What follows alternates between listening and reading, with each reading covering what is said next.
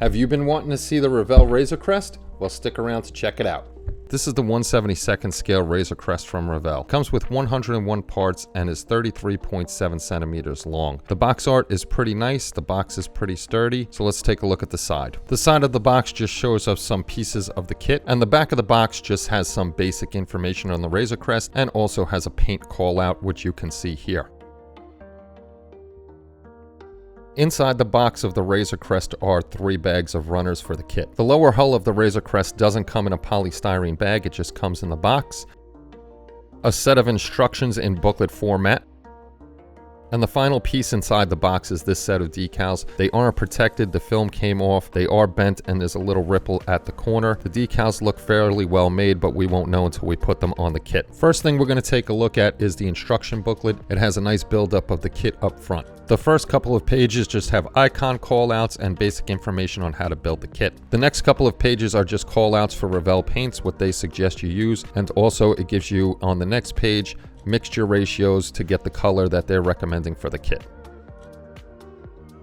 After the opening, it's your basic instruction sheet. It shows you the parts, where they go, what colors they should be. But towards the end of the directions, there are 2 different sections, one to show landed and one to show it in flight mode. Next up is our decal sheet. The sheet comes in full color. The pieces for the decals already come pre-chipped, so you don't have to worry about trying to chip up those decals. Unless you're going to paint, then you can use the chips as references. Comes with control panels to make it look like the inside is lit up, and it also comes with some extra detail decals just to add a little more depth to the model build. Now we'll take a look at the lower hull and the detail that Revell has put into this kit.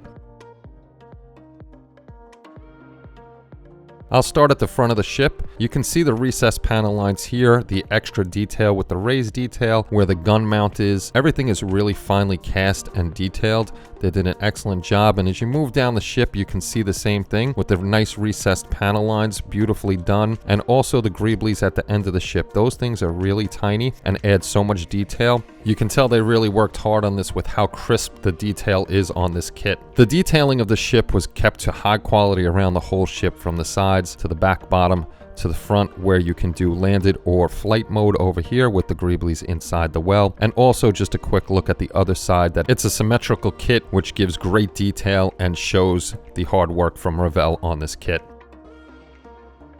And finally, a look at the bow section of the ship. You can see all the fine detail, the greeblies. Everything is made to perfection, or I should say close to perfection on this kit as possible. They really did a bang up job with the detail, the panel lines, the raised detail, and everything that you can pull out with paint and wash just to make this kit look really good. Here we have the clear parts. There's 10 parts on this set. They are very clear, but there are a couple problems, like there's a little bit of hazing on one of the parts, and hopefully Pledge or Future will take that out. And also on the main windshield on the corner, there is a bit of flash. Some of the little points on the sides of the windows, you just have to be really careful when you're taking those off so that you don't mess up the piece. Here we're taking a look at the G runner. This has our base on it, pretty plain base. It also has our landing feet, strut, other struts for the doors, it looks like. Very well molded, so let's take a look at these pieces up close. Here we have our base. It's very plain. I'm sure you guys are going to come up with something much nicer than this part here. Here we're taking a closer look at the struts. You can see the detail in them. Nice recesses where we're going to be able to paint them, put a wash in it, bring out all that detail and make it look either grungy, or if you like to build it new, you can make it look new. Here are more detailed struts that are going to be put on the landing gear. Just as props, they kind of look more like shock absorbers than they do for struts. Here are the landing feet. As you can see, they're very highly detailed, nice raised detailed, recessed detailed, all sorts of little patterns on here just to get those feet looking good. And if we flip it over, you can actually see that they detailed the underneath of the feet. Even though they're going to be on the base, they still went that extra mile to give you the extra detail on the kit. And the rest of the parts are just additional parts for adding detail to the landing gear, and also a couple parts on the outside of the ship. So they are really nicely done, no flash or anything like that, and very few, if any, injector pin marks on here. So this sprue is looking pretty good. And there's a couple more panels I wanted to show you. They are highly detailed, but if you notice here, they have huge injector pin marks on the curve there. So those will have to be taken care of, filled in, sanded down. But those are the only deep injector pin marks that I did find on this sprue.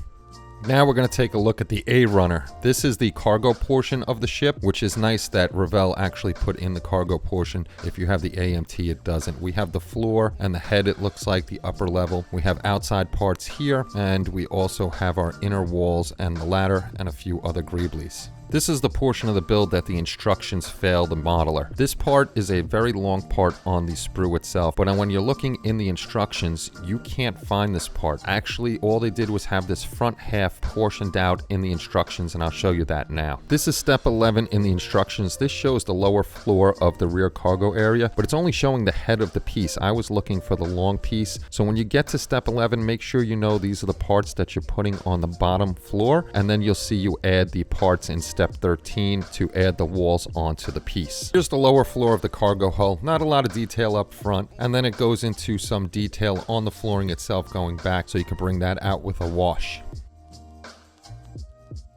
Here we have the ceiling or the lower floor for the upper half of the ship. You have the cockpit in the front, and then you got detail down the middle, and you'll have some greeblies in here, and it looks like wires up top, and also the hatch for the side, or actually the hatch to go down the ladder to the lower portion of the cargo hull. Here we have the sides of the cargo hull. Both are very highly detailed, nice grid work in there. There's some greeblies on the side. It looks like lighting or a panel that could be lit up if you want to go that small with lighting. Otherwise, you can use a decal on that. The other side has these packets on there. It looks like storage, plus our ladder over here that's a little on the thicker side, but nice detail overall with the cargo doors on the side. And here's just a quick closer look at the packaging, the detail work, the grids, all the stuff that they added on to make the cargo inside look a little bit better than just being plain walls. And a few more pieces for the outside of the ship, again with the same detailing that we saw before on the lower hull. Nice recessed panel lines, nice detail, and these go by, I'm pretty sure it was the cargo door. On runner C, we have our main top to the body, our weapon system, cargo bay doors, and some other exterior parts for added detail to the kit. We'll start out with the weapon system, and you can see it comes in two halves. They got a lot of greeblies on there to enhance the detail of the weapon itself. You can see the elongation of the barrel and also the muzzle on the front. Both parts are very well cast, no flash or anything like that, and both guns are exactly the same. Here's one of the cargo bay doors. There's two exactly alike. They got the little bar to clip them in. This way you can open them up. And this is also another panel with lighting on it. Like again, if you want to go small, you can, but it's extra greebly detail that will enhance the look of your ship.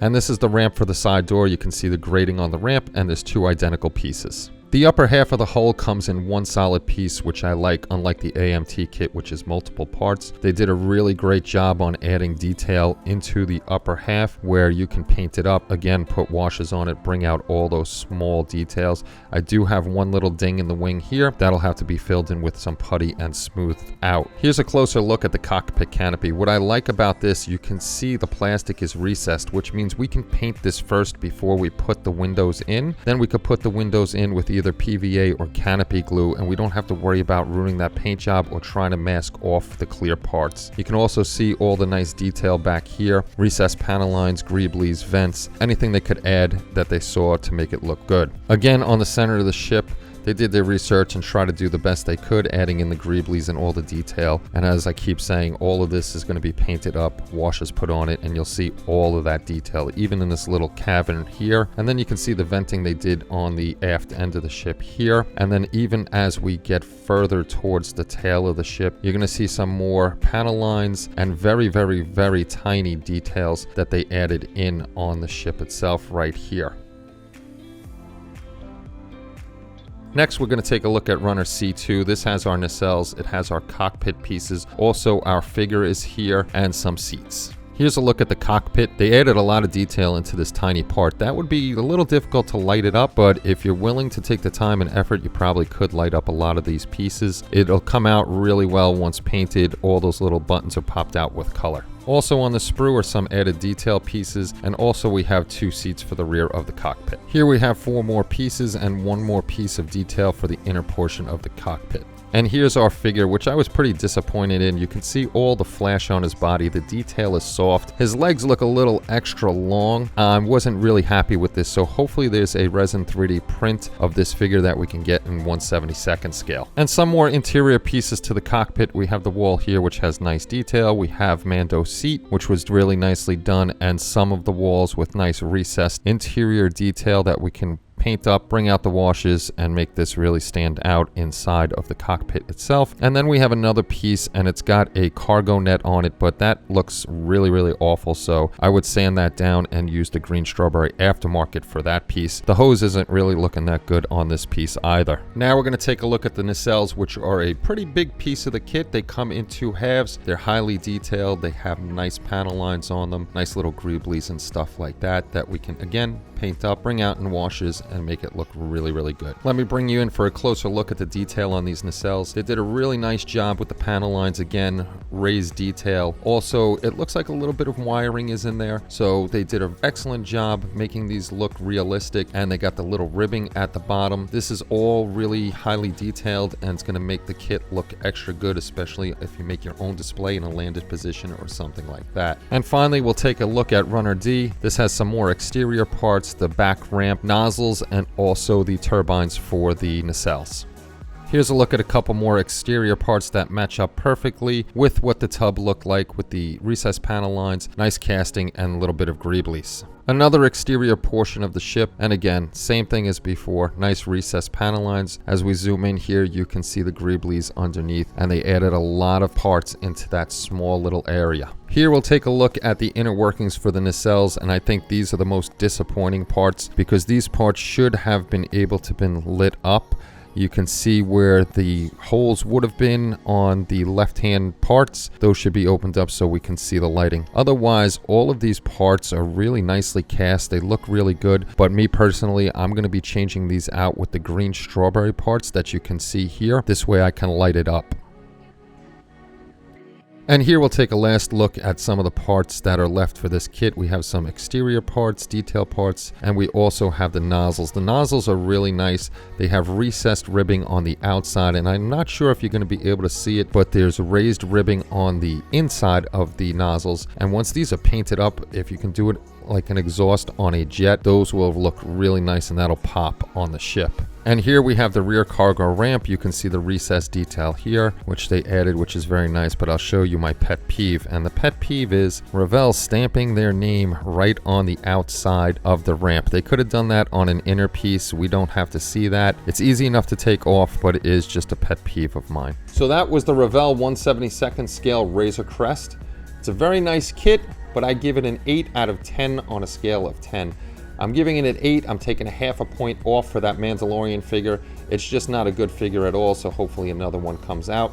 And I'm taking a point and a half off for lighting. They did not think about lighting, and most sci-fi people are going to want to light this kit, even if it's just the engines and not that small detailed cockpit. So we're going to take a look at green strawberry parts for this, so you'll be able to light it. Those are coming in. As soon as those come in, we'll have the reviews. If you have any questions or comments, please put them in the comment section below. We would love to hear from you, and if you haven't yet, please hit that subscribe and like button. It definitely helps the channel out.